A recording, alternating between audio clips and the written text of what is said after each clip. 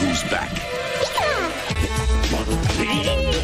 And this time, the two of you are partners in the latest installment of the Pokemon saga.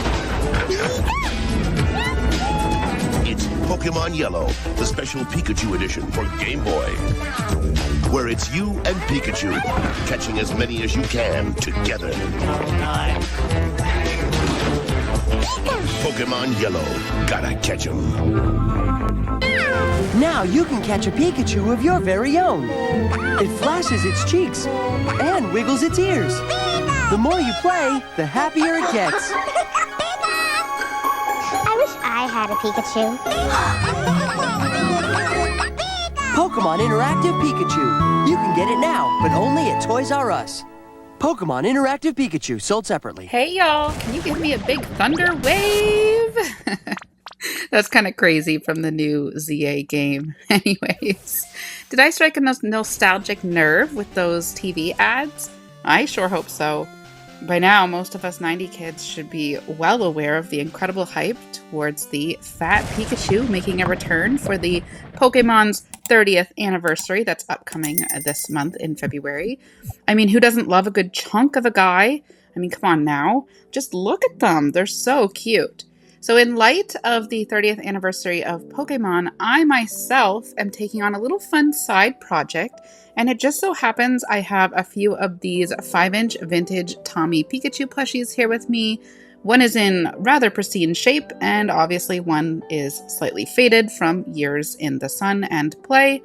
So basically, I'm going to be focusing on the more faded one for this basically YouTube tutorial, and we're going to go through and we're going to change him because as a Mega Pikachu fan myself, as well as a fan of these Chonk Pikas from Tomy, I'm going to attempt to turn one of these into a shiny variant female Pikachu. Now, keep in mind I have years of plush making experience under my belt, but that doesn't mean things will go my way. Trust me, my luck sucks sometimes. With all that said, let's dive on in. Some items you will need for this are as following: needle nose pliers, a flat-headed screwdriver, small scissors or seam ripper, and of course we're going to need something like wire cutters to remove the safety eyes that are actually Tomy Pikachu's cheeks here that are covered in fabric. Yes, I am well aware that I am using the most large and obnoxious wire cutters. You work with what you have, eh?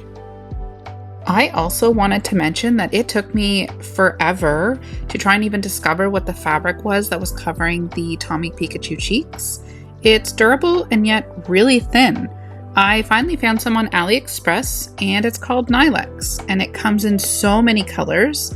Thankfully, it's also super cheap on the pocketbook, so if you're trying to do this on a budget, it is a perfect way to really customize this and make it seem more official.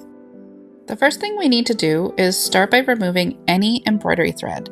There is some on the paws here on both of them, and I'm cutting them loose, as well as the one on the back of the tail. Now keep in mind, once we start this, there's no going back, so please let me have luck with this project. You'll notice I am struggling for quite a while here to find the thick thread that they use to sew up his back by hand. Now, every manufactured plushie has somewhere on it where they have to hand sew a seam closed, and they usually use quite thick thread for this for child safety reasons. It kind of looks like I'm going at it like quite rough here, but I'm actually trying to be super gentle. It's just really sped up. You have to be very careful not to damage the fabric because this is very old fabric. So this is one of my many struggles at this point. My future is basically not looking great with this project already, but we're gonna persevere and see where it takes us. As you unstuff any plushie, it is important to pay attention to where hidden stitches or thread might be. For this particular plush line, they have what's called anchor stitches by each inside of the eye, and these stitches go down under their chin from each eye. And in plush making, these hidden stitches create the effect of pulling the eyes more inwards, giving the plush a cuter overall looking face. I assumed at this point we were golden. I gained access to the safety eyes. until I threw a big F-bomb. I should have known for child safety purposes that the safety eyes would be melted on the back. This basically ruins them and makes them almost impossible to reuse once removed. Normally, you would just lift the disc securing the safety eye with a screwdriver and cut away the safety disc with the wire cutters. Then you would add a new securement piece only and reuse that same safety joint. Yeah, well, Tomy Pikachu said, "Nuh-uh, no you ain't." And this is just where my struggles started. I cannot begin to tell you how freaking long I worked at getting these cheeks off. I can't. It was rough uphill battle from here. One, they are around 30 years old and crusty as F. And two, the melting process from the factory made them even harder to manipulate and remove. So I sped this process up a lot. You're welcome.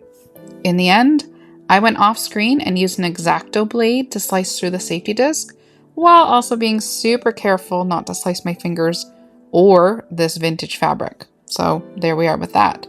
Needless to say, I ruined the safety eyes that were used for the cheeks. So removing the eyes is not an option since I cannot repair or replace them as they are very exclusive to this plush line. Looking at these flat safety eyes used for the cheeks, they have a simple fabric covering with a thin piece of foam that makes them appear a bit more rounded.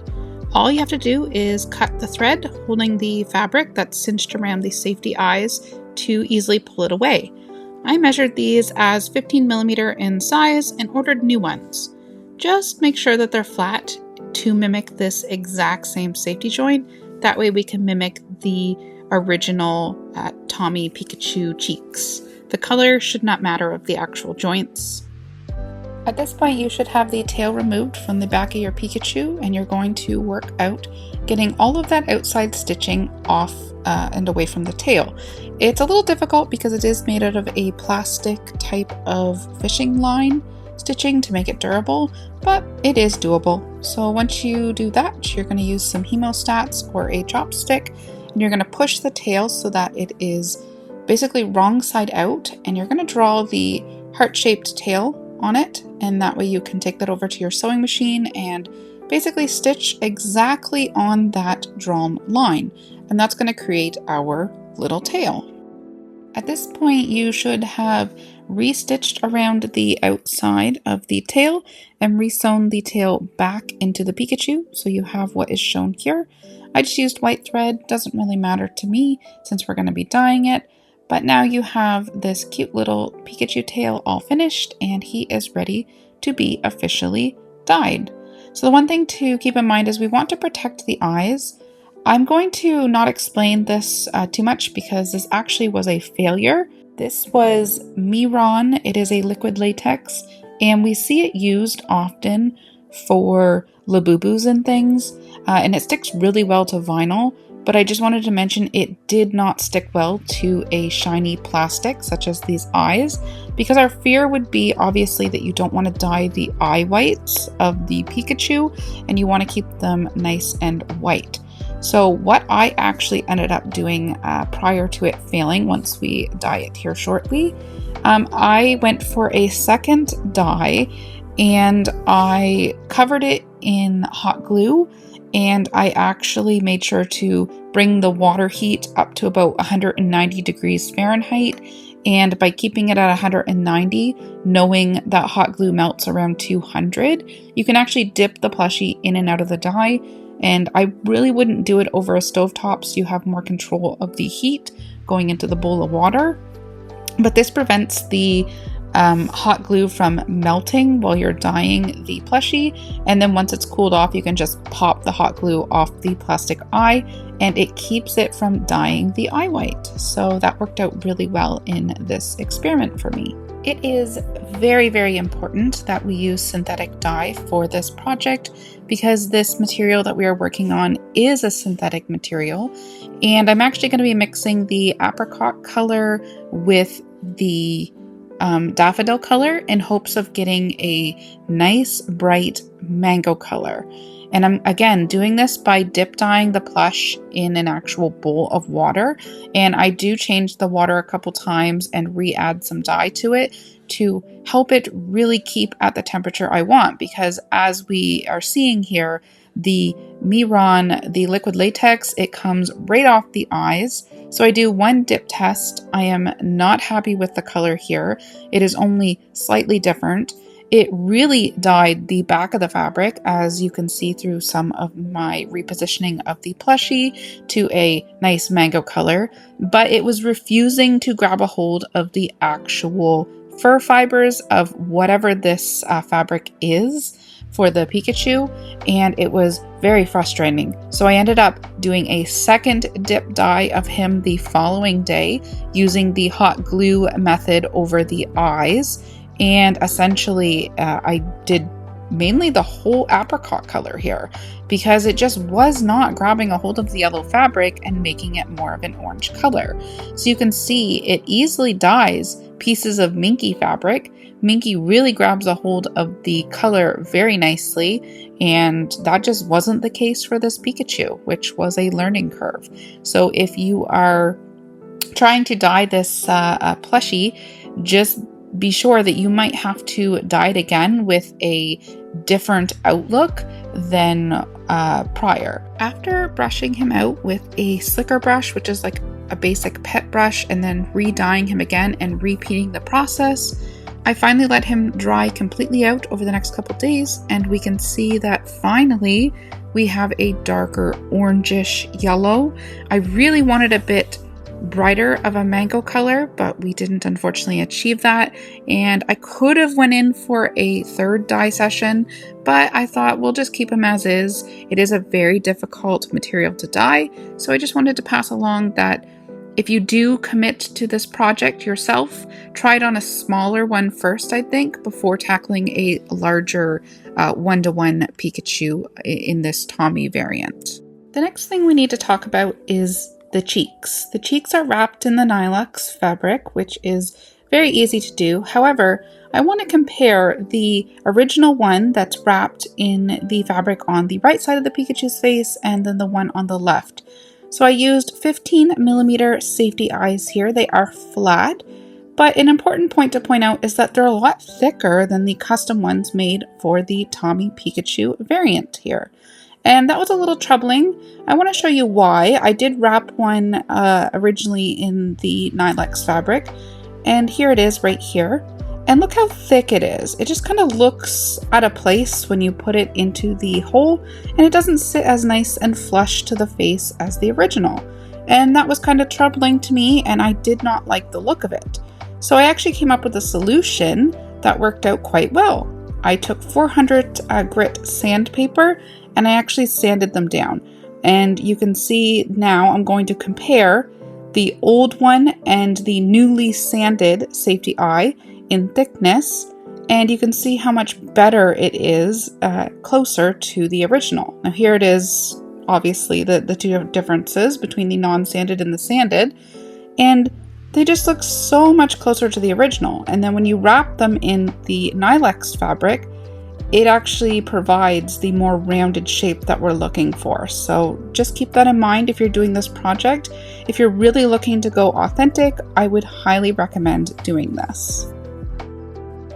Wrapping the safety eyes is not hard at all. You're going to take the original circle cheek after removing it, and you're going to cut out, I'm using 2 of the Nylox per safety eyes just because it is a thinner material than the original used on the Tomy Pikachu eyes. So you're going to grab 2 of those, and you can see I'm just taking off this covering that I put on just to trial this experiment because I do want the little piece of foam that was included in the original Tomy Pikachu cheeks, because it does create a more rounded effect on the top portion of the cheeks, so it makes them look like they kind of poke out a little bit.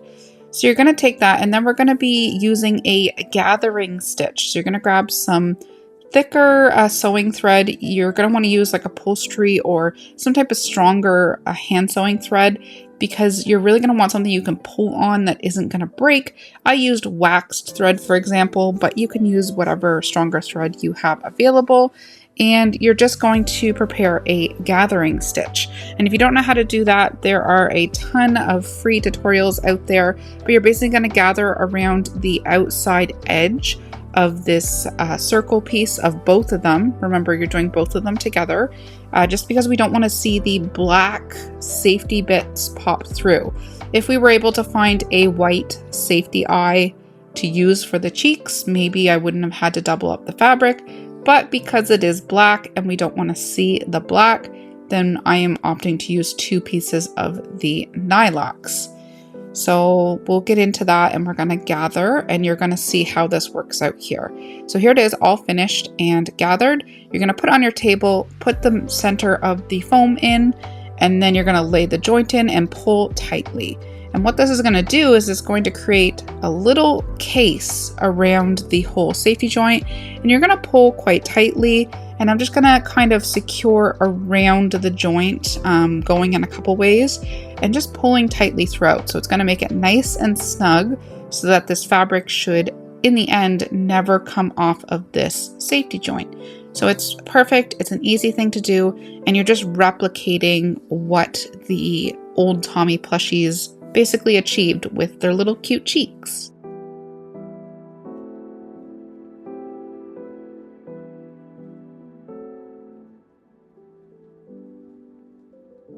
So at this point, you should have 2 Pikachu cheeks finished here, covered in the nylox fabric, and then we're finally going to attach them to the actual plush.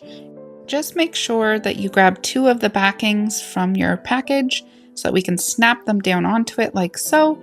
You're going to push quite hard because you want them to be secured as snugly as possible down onto the plushie. Of course, they're not going to look exactly like the original, but they are pretty darn close, and I'm happy with the way that they look actually. So isn't it so cute? Oh, I'm so happy with how this is turning out. I thought it was going to be a dumpster fire. So we're going to grab everything now, and we're just going to take the time and we're going to re-stuff him. You're going to stuff him to your liking. You can add extra stuffing if you need to. I just used all of the original stuffing that was originally in him, and I'm going to speed up this process, and we're just going to stuff him. You can use a chopstick. I'm using hemostats here to help a little bit into some tricky areas.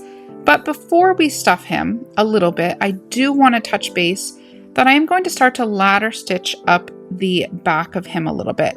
I'm going to be using some upholstery thread for this because I want something thick that isn't going to easily snap. And we are just going to start ladder stitching, I'm going to say like 3/4 of the way up this back seam, because I really want to try and line up the back stripes as best as possible. These back stripes are important to me because I really wanted to have symmetry on the back, and as someone who makes plushies for a living, it is a very, very wide opened seam on the back, and I just didn't want to try and ladder stitch that up when the stuffing is pushing it more outwards after it's stuffed. So you can do whatever you would like. I'm basically making it as if you were at Build-A-Bear, where you can just pull tightly on that string at the end, and then it should snug it up really nicely, and the seam will basically be invisible. So ladder stitch is what this stitch is called. It's another very basic hand sewing stitch in the sewing community. So if you're unsure how to do that, there are many, many free tutorials out there for that. You can just Google how to do a ladder stitch.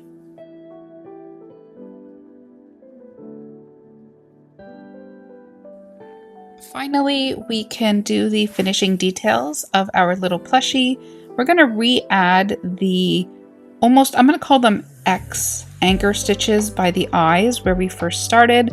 I'm just running a thread through, and I don't have to pull very tightly, but you just kind of tie it as if you're doing the first stage of tying a shoelace, and it's going to kind of bring that eye inward, and you're going to tie a knot right under the chin and do the same on the opposite side.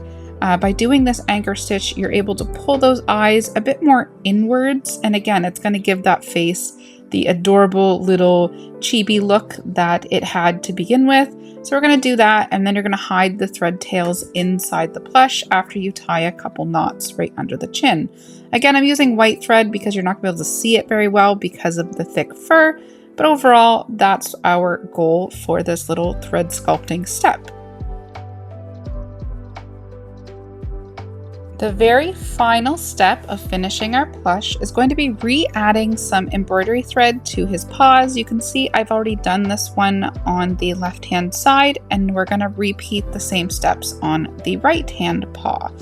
You can also choose to attach the tail back to the back side of the body with some, again, same colored embroidery thread, but I really like the tail kind of being loose on this one, so I'm opting not to reattach the tail because I like seeing from the front sometimes when the tail is around that you can see that it's actually a female variant Pikachu. So what we're going to do, you're going to take, I believe it was 2 pieces of embroidery thread but doubled over.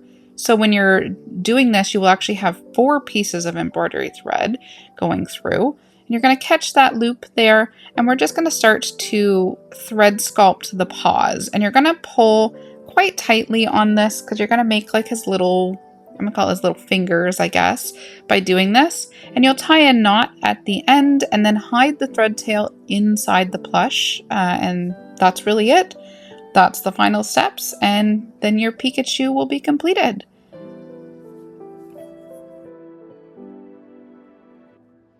Overall, I am super thrilled with how this custom Tomy Pikachu 5-inch plushie turned out. Did he dye as bright of a mango color as I wanted? No, but I think that overall the effect I was going for was very successful here. You can even see from all of the little Pikachus that I do own that they all have separate little faces. They all look unique in their own way, and I think that if anyone wanted to try this project, obviously try it at your own risk, but it is actually very doable and yours can be very successful too. Don't give up hope when you think that the dumpster fire is just on fire and not ever going out. There will be an end to your madness, and hopefully you'll have the best, most successful results, and I would love to see what you guys create. Otherwise, super happy with this. I can't wait to add her to my collection. As always, I'll see you guys next time. A big thunder wave!